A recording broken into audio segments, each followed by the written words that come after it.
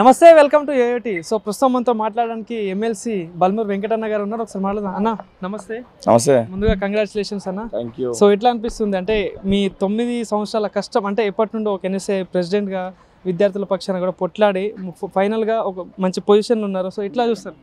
అంటే పొజిషన్లో ఉన్నట్టుకంటే పార్టీ ఈరోజు నా పైన ఒక బాధ్యత పెట్టి రేపటి తరానికి ఆదర్శం లెక్క ఉండాలని ఒక నమ్మకాన్ని పెట్టుకొని నాకు ఒక పదవి కట్టబెట్టింది.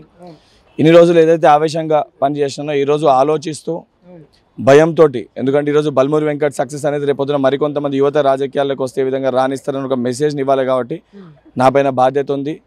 తప్పనిసరిగా నా పైన పెట్టిన బాధ్యతని సక్రమంగా యావత్ కాంగ్రెస్ పార్టీ గర్వపడే విధంగా, తెలంగాణలో ఉన్న అతిపెద్ద కులం మన కులం యువకులం, ఆ యువకులం గర్వపడే విధంగా తప్పనిసరిగా నేను పనిచేస్తాను. 18 సంవత్సరాల నుంచి 40 సంవత్సరాల మధ్యలో ఉన్న ప్రతి విద్యార్థికి యువకునికి అందుబాటులో ఉంటాను. ప్రభుత్వానికి వాళ్ళకి మధ్యలో ఒక ప్రతినిధిగా, సమన్వయకర్త, ఒక బాధ్యత పోషిస్తాను.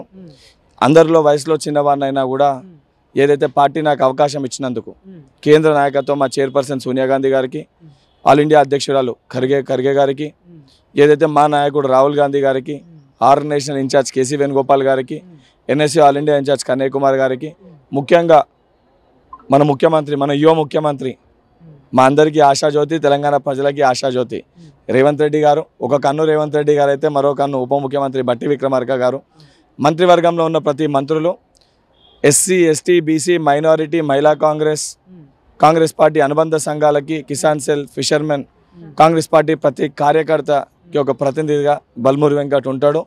తెలంగాణ ప్రజల ప్రతి కుటుంబంలో ఒక కుటుంబ సభ్యుని లెక్క, ఒక నాయకుని లెక్క కాకుండా ఒక కుటుంబ సభ్యుని లెక్క మెదుగుతాను. ఎవరికైనా నేను అందుబాటులో లేకపోయినా, ఆలస్యమైనా మీ కొడుకుని నేను ఆలస్యమైన ఒకసారి తప్పకుండా మీ దగ్గరకు వచ్చి మీ సమస్యలు తెలుసుకొని పరిష్కరిస్తా అని చెప్పి మీ యోయో టీవీ ద్వారా, దీనికి పూర్తి సహాయ సహకారాలు కూడా మీ యోయో టీవీ, ఇతర మీడియా ఛానల్స్, పత్రికా విలేకరులు కూడా ఈ ఎవరైతే యువ కార్యకర్తకి వచ్చిన అవకాశాన్ని మీరు అందరు కూడా సహకరించాలని చెప్పి, ఆ దేవుడు కూడా ఆ దీవెనలు మా పైన సక్రమంగా జరిపించాలని చెప్పి ఉండాలని కోరుకుంటూ. ఇంకోటి చివరగా, ఎందుకంటే ఇండియాలోనే అతి చిన్న వయసులో బల్మూరు వెంకట్ ఒక స్థానం క్రియేట్ చేస్తారు. సో ఎట్లా అనిపిస్తుంది అన్న? యువత అనేది రాజకీయాల్లోకి రావాలనంటే, ఏ నాయకుని దగ్గర పోయి నేను రాజకీయాల్లోకి వస్తానంటే రాజకీయాలు మంచిగా కావని చెప్తాడు ఆ నాయకుడు. మళ్ళీ తిరిగి ఆయన కొడుకుని అదే రాజకీయాల్లో దింపుతాడు.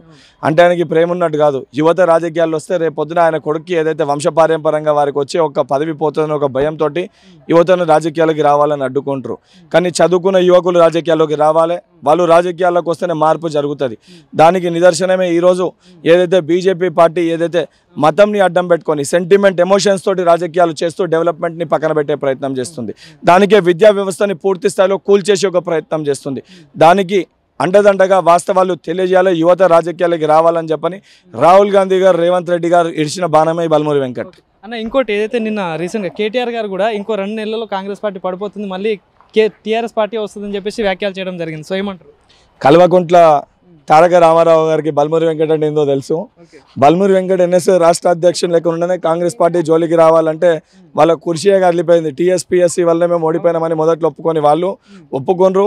బాసరా ట్రిపుల్ అంశం మొదట్లో తప్పు పట్టిన వాళ్ళు బాసరా ట్రిపుల్ అంశం తప్పు అని మళ్ళీ వాళ్ళే పోయి ఒప్పుకోర్రు.